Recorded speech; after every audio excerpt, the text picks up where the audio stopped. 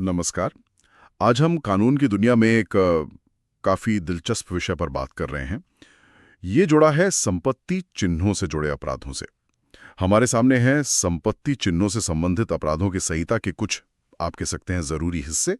और आज हम कोशिश करेंगे कि ये कानून असल में क्या कहते हैं और क्यों इतने मायने रखते हैं। जी नमस्ते। और ये विषय वाकई बहुत अहम है क्योंकि ये सीधा जुड़ा है कि हमारा कानून व्यापार और स्वामित्व में जो भरोसा होता है ना, उसे कैसे बनाए रखने की कोशिश करता है। किसी भी संपत्ति की पहचान, उसकी असलियत, उसको सुरक्षित रखना कितना जरूरी है, ये धाराएं उसी पर रोशनी डालती हैं। हाँ बिल्कुल। और हमारा इरादा है इन कानूनी धाराओं को, खासतौर पर धारा 346 से 350 तक, थोड़ा खोलकर समझना। मतलब ये धाराएं कौन से कामों को गलत मानती हैं और उनके लिए क्या सजा तय करती हैं। चलिए थोड़ा गहराई में उतरते हैं ना। बिल्कुल। और ये जानकारी सिर्फ वकीलों के लिए नहीं है, ये तो हर उस व्यक्ति के लिए काम की है जो कुछ खरीदता है, बेचता है या बनाता है। आम आदमी के लिए भी जरूरी है। सही कहा। तो फिर शुरू करते हैं पहली कड़ी से। धारा 446। ये धारा किसी संपत्ति चिन्ह, मतलब प्रॉपर्टी मार्क, उसको हटाने, मिटाने या समझ लीजिए खराब करने के बारे में है, या उसमें कुछ फेरबदल करने के बारे में। हाँ। लेकिन यहां एक पेंच है, जैसा मुझे लगा।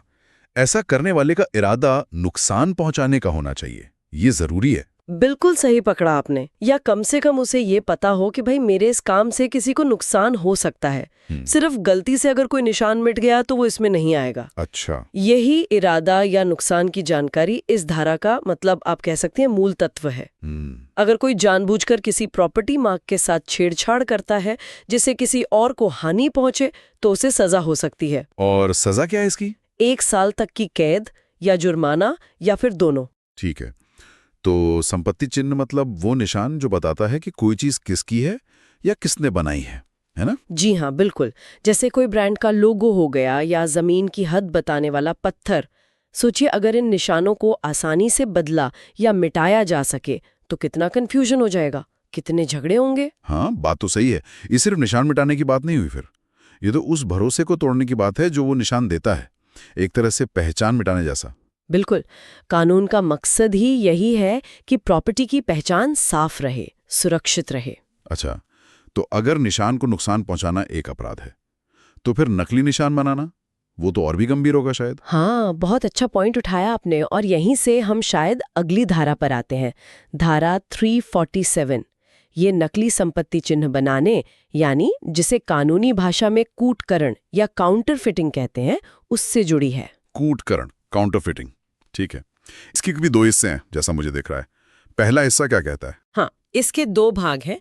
पहला हिस्सा वो थोड़ा सामान्य है।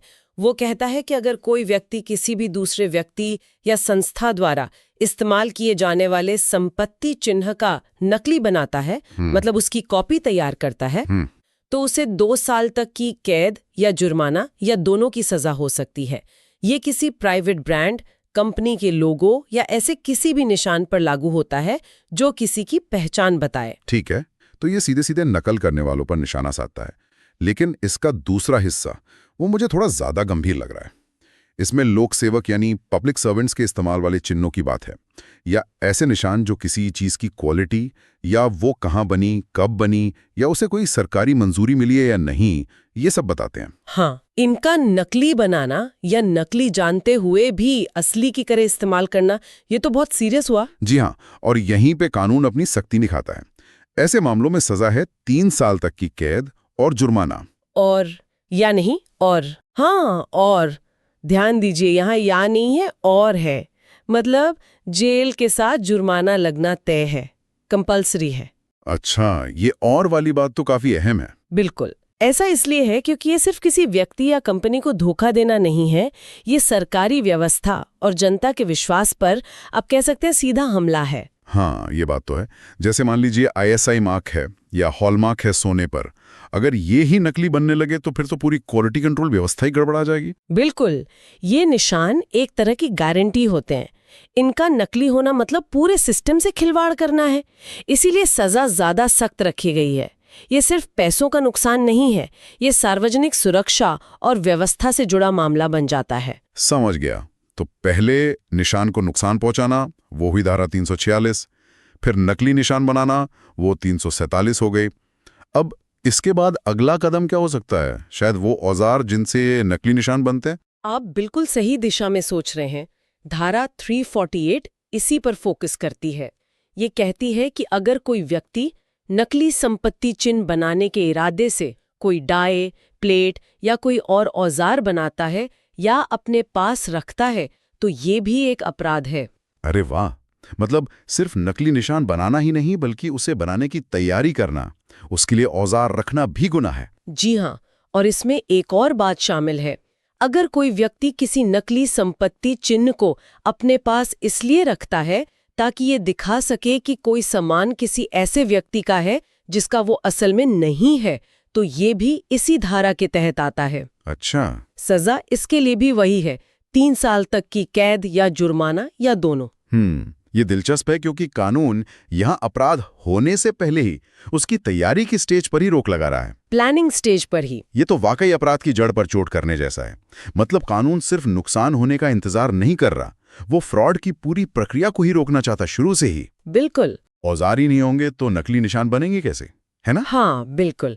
इसे अपराध विज्ञान की भाषा में इनकोएट क्राइम यानी अपूर्ण अपराध को भी दंडित करना कह सकते हैं, जहां मुख्य अपराध जैसे नकली माल बेचना वो भले ही ना हुआ हो, पर उसकी तैयारी करना ही अपने आप में सजा के लायक माना गया है। ठीक है, ये भी समझ आ गया। अब मान लीजिए नकली निशान बन भी गए, औजार भी थे और नकली निशान वाला माल तैयार भी हो गया। अब अगला लॉजिकल स्टेप, उसे बाजार में लाना, बेचना। एकदम सही पकड़ा। और यही आती है धारा 349। ये धारा ऐसे सामान को बेचने या बेचने के लिए दिखाने मतलब डिस्प्ले करने या बेचने के इरादे से अपने कब्जे में रखने से संबंधित है, जिस पर नकली संपत्ति चिन्ह लगा हो। अच्छा। ये अपराध के डिस्ट्रीब्यूशन यानी वितरण वाले चरण को निशाना बनाती है। तो ये दुकानदार या सप्लायर के लिए ज्यादा अहम हो गई। इसकी सजा क्या है? क्या ये भी उतनी सख्त है? नहीं, इसके लिए सजा थोड़ी कम है, 1 साल तक की कैद या जुर्माना या दोनों। ओके। लेकिन यहाँ कानून ने कुछ बचाव के रास्ते भी दिए हैं, मतलब कुछ एक्सेप्शंस हैं। एक व्यक्ति सजा से बच सकता है अगर वो ये साबित कर दे कि हाँ, क्या साबित करना होगा? 3 बातें हैं। पहली, कि उसने पूरी सावधानी बरती थी और उसे शक करने का कोई कारण नहीं था कि चिन्ह नकली है, मतलब उसने ड्यू डिलिजेंस किया था। दूसरी, जब उससे पूछा गया तो उसने बता दिया कि ये माल उसे किससे मिला था, सोर्स की पूरी जानकारी दे दी। अच्छा, मतलब जांच में सहयोग किया। जी। और तीसरी, या उसने नेक नियति से काम किया था, उसका इरादा धोखा देने का नहीं था, मतलब उसने अदरवाइज एक्टेड इनोसेंटली। ये तो काफी महत्वपूर्ण बचाव हैं। मतलब अगर कोई दुकानदार है मान लीजिए और वो अनजाने में नकली माल बेच रहा हो और वो साबित कर दे कि भाई मैंने तो पूरी सावधानी बरती थी, भरोसेमंद सप्लायर से लिया था, बिल वगैरह सब ठीक था और जांच में भी पूरा सहयोग किया, तो वो बच सकता है। जी हाँ, यहाँ सबूत का भार मतलब बर्डन ऑफ प्रूफ वो आरोपी पर है कि वो अपनी बेगुनाही साबित करे। ये एक तरह से देखा जाए तो व्यवहारिक भी है, क्योंकि सप्लाई चेन काफी जटिल हो सकती है। हो सकता है किसी छोटे दुकानदार को पता ही ना हो कि उसे पीछे से नकली माल मिल रहा है, लेकिन कानून ये भी चाहता है कि वो अपनी जिम्मेदारी समझें, थोड़ी सावधानी बरतें और जरूरत पड़ने पर जानकारी दें। ये एक तरह का संतुलन बनाने की कोशिश है। हाँ, ये संतुलन जरूरी है। एक तरफ तो नकली माल रोकना है, दूसरी तरफ उन लोगों को भी बचाना है जो शायद अनजाने में इसका शिकार हो गए। ये बचाव के रास्ते इस धारा को थोड़ा नरम बनाते हैं, लेकिन जिम्मेदारी भी तय करते हैं। बिल्कुल। ये दिखाता है कि कानून सिर्फ सजा देना नहीं चाहता, बल्कि समस्या की जड़ तक पहुंचना चाहता है और व्यापार में क्या कहते हैं ईमानदारी को बढ़ावा देना चाहता है। चलिए अब इस सिलसिले के आखिरी धारा पर आते हैं, धारा 350। ये थोड़ी अलग लग रही है मुझे। ये मिथ्या चिन्ह यानी फॉल्स मार्क बनाने या इस्तेमाल करने के बारे में है, किसी केस, पैकेट या बर्तन पर। ये संपत्ति चिन्ह से कैसे अलग है? ये एक बहुत अच्छा सवाल है और यहीं पर बारीकी समझने वाली है।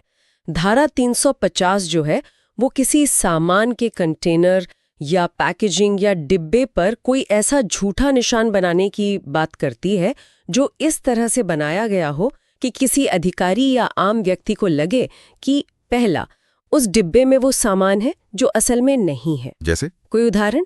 जैसे मान लीजिए अंदर कोई सस्ती चीज भरकर बाहर महंगी चीज का नाम लिख दिया। अच्छा, समझ गया। या दूसरा कि उसमें वो सामान नहीं है जो असल में है, जैसे कोई प्रतिबंधित वस्तु है, उसे किसी और नाम से पैक कर दिया। हाँ, या तीसरा कि अंदर के सामान की क्वालिटी या प्रकृति वैसी नहीं है जैसी बताई जा रही है।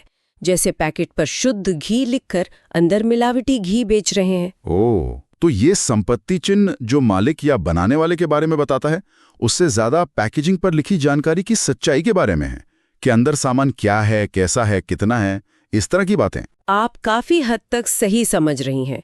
संपत्ति चिन्ह मुख्य रूप से पहचान से जुड़ा है, ओनरशिप या ओरिजिन, जबकि धारा 350 का मिथ्या चिन्ह सामान के विवरण यानी डिस्क्रिप्शन, क्वालिटी, क्वांटिटी, उसकी भ्रामकता से जुड़ा है। हालांकि देखा जाए तो दोनों का मकसद धोखा देना हो सकता है। हाँ, वो तो है। इस धारा के तहत ऐसा झूठा निशान बनाने या उसका इस्तेमाल करने पर 3 साल तक की कैद या जुर्माना या दोनों हो सकते हैं। और क्या यहाँ भी बचाव का कोई रास्ता है, जैसे धारा 349 में था कि इरादा नहीं था धोखा देने का? हाँ, यहाँ भी एक बचाव है। आरोपी बच सकता है अगर वो साबित कर दे कि उसने धोखा देने के इरादे से, मतलब इंटेंट टू डिफ्रॉड से काम नहीं किया था। फिर से इरादा महत्वपूर्ण है। और यहाँ एक वाक्यांश है, reasonably calculated to cause belief, यानी निशान ऐसा होना चाहिए जिससे सचमुच किसी को धोखा हो सके। ऐसा लगना चाहिए कि ये जानबूझकर गुमराह करने के लिए ही बनाया गया है। तो ये धारा एक तरह से पैकेजिंग फ्रॉड पर ज्यादा केंद्रित है, जैसे एक्सपायरी डेट बदल देना या वजन गलत लिख देना या पैकेट पर सामग्री की झूठी लिस्ट दे देना, ये सब इसमें आ सकता है। बिल्कुल। ये व्यापार, कस्टम ड्यूटी और खास तौर पर उपभोक्ता संरक्षण यानी कंज्यूमर प्रोटेक्शन के लिहाज से बहुत महत्वपूर्ण है। सोचिए, अगर दवाइयों की पैकेजिंग पर गलत जानकारी हो या खाने के सामान की सामग्री गलत बताई जाए तो कितना गंभीर खतरा हो सकता है लोगों की सेहत को। हाँ, ये तो सीधे सेहत और सुरक्षा से जुड़ा मामला भी हो सकता है। बिल्कुल। तो अगर हम संक्षेप में देखें, धारा 346 निशान को नुकसान पहुंचाने से रोकती है जी। धारा 347 नकली निशान बनाने को दंडित करती है, खासकर सरकारी निशान। हाँ। धारा 348 नकली निशान बनाने के औजार रखने पर रोक लगाती है। सही। धारा 349 नकली निशान वाले माल को बेचने से रोकती है, पर कुछ बचाव भी देती है। बिल्कुल। और धारा 350 ये पैकेजिंग पर झूठी जानकारी देने को अपराध मानती है। क्या मैंने सही समझा? आपने बहुत अच्छे से सभी धाराओं का सार प्रस्तुत किया है। बिल्कुल यही इनका क्रम और तर्क है। ये मिलकर एक पूरा सिस्टम बनाते हैं जो प्रॉपर्टी, मार्क्स और उससे जुड़ी जानकारी की प्रामाणिकता को सुरक्षित रखने का काम करता है। वाकई इन 5 धाराओं को एक साथ देखने पर समझ आता है कि कानून कितनी परतों में इस मुद्दे को देखता है। नुकसान पहुंचाने से लेकर नकली बनाने, उसके साधन जुटाने, उसे फैलाने और फिर पैकेजिंग पर धोखा देने तक हर कदम पर एक कानूनी रोक है। बिल्कुल। और हर कदम पर सजा की गंभीरता भी अलग अलग है। जो अपराध की प्रकृति, उसके प्रभाव, जैसे सरकारी निशान या पैकेजिंग की जानकारी कितनी अहम है, और आरोपी की मंशा या लापरवाही पर निर्भर करती है। ये दिखाता है कि कानून सिर्फ काले और सफेद में नहीं देखता, बल्कि बारीकियों को समझने की कोशिश करता है, जैसे धारा 349 में बचाव के रास्ते देना या धारा 347 में सरकारी निशानों के लिए ज्यादा सजा रखना। ये सब बारीकियां हैं और भरोसे से जुड़ी बात है। बिल्कुल। जब हम कोई ब्रांडेड सामान खरीदते हैं या किसी सरकारी मोहर पर यकीन करते हैं, तो हम अनजाने में इन्हीं कानूनों के भरोसे पर टिके होते हैं ना। आपने बिल्कुल सही कहा। ये कानून उस अदृश्य ढांचे का हिस्सा है जो हमारे व्यापारिक लेनदेन को संभव और सुरक्षित बनाता है। इनकी जानकारी व्यवसायों को अपनी जिम्मेदारियों के प्रति सचेत करती है और उपभोक्ताओं को उनके अधिकारों के प्रति जागरूक बनाती है। ये जानना कि कहाँ सावधानी बरतनी है और अगर धोखा हो जाए तो क्या कानूनी उपाय हैं, ये सबके लिए जरूरी है, काम करता है।